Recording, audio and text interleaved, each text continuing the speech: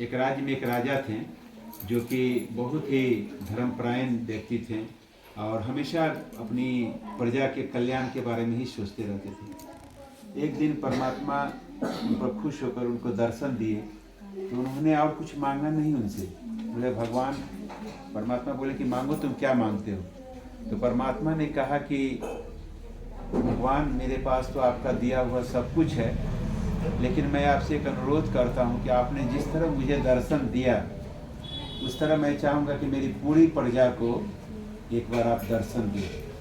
तो भगवान ने कहा कि ऐसा संभव नहीं है, लेकिन उनके बार बार आग्रह करने के बाद भी परमात्मा बहुत प्यारे थे। तो परमात्मा उनके बार बार आग्रह को स्वीकार करके उन्होंने कहा कि ऐसा है, कल मैं सबको दर्शन दूंगा, कल तुम सारी प्रजा में ऐलान करा दो, कल सवेरे 6 बजे या 5 बजे कोई टाइम में आप सवेरे उस पहाड़ी पर आओ, मैं वहाँ सभी को दर्शन दूंगा। राजा ने रात में पूरा ढिढोरा पिटवा दिया कि सवेरे भगवान आप सभी को दर्शन देंगे। पूरे राज्य में सभी लोगों को खुशी भी थी कि हम जिसको मानते थे भगवान कल दर्शन देंगे। लोग सवेरे ही से 12-1 बजे रात में ही नहा धो के तैयार थे। उसके बाद 2 बजे काफिला चला, राजा आगे आगे, रानी आगे आगे। कुछ दूर आगे गए तो ढेर सारा चांदी एकदम गिरा हुआ था एक जगह। और चांदी देखकर जो प्रजा थी तो सब लोग लूट मचाने लगा। जिसको जहाँ मिला, कपड़ा तो लेके गया नहीं था, कोई साड़ी में, कोई अपना रुमाल में, जैसे तैसे बांधने लगा। अब राजा छटपटाने लगे कि कहाँ भगवान का दर्शन करने के लिए जा रहा है लोग। राजा दौड़ के कभी आपके पास, कभी उसके पास, उसके पास। लेकिन तो आज की दुनिया में जिस तरह का लालच है, सब लोग अपना अपना कसकस के फिर लेके जाने लगे। लगभग आधे इसमें ख़त्म हो गए जनता। फिर राजा मुंह लटकाए हुए अपना आगे बढ़ने लगे तो उसके बाद सोने का ढेर पड़ा हुआ था।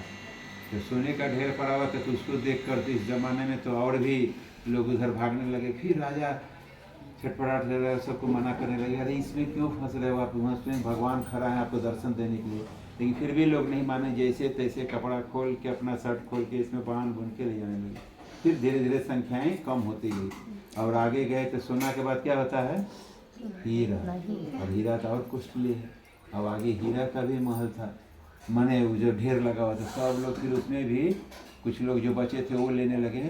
साथ साथ रानी जो थी वो भी हीरे की तरफ भागी।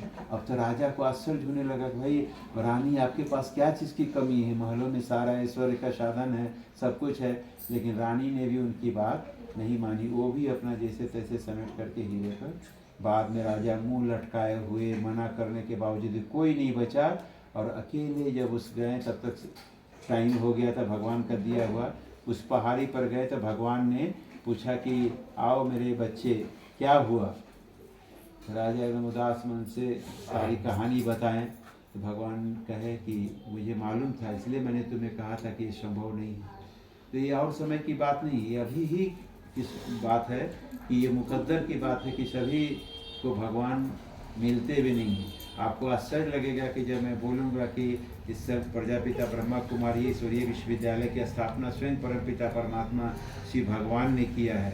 और वहाँ भगवान ने ज्ञान का कलश और किसी के ऊपर नहीं, आप नारियों के ऊपर ही दिया है। इसलिए इस संस्था की जो मेन इंचार्ज भी होती है पूरे विश्व में, आप देखिए बहने लोग ही होती हैं।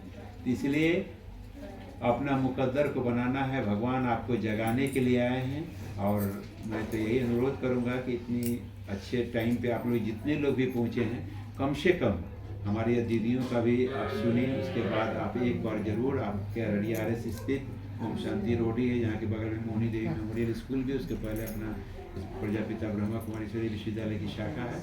आप जरूर आएँ, इसे कार्यक्रम बराबर होते ही रहता है। और अभी भी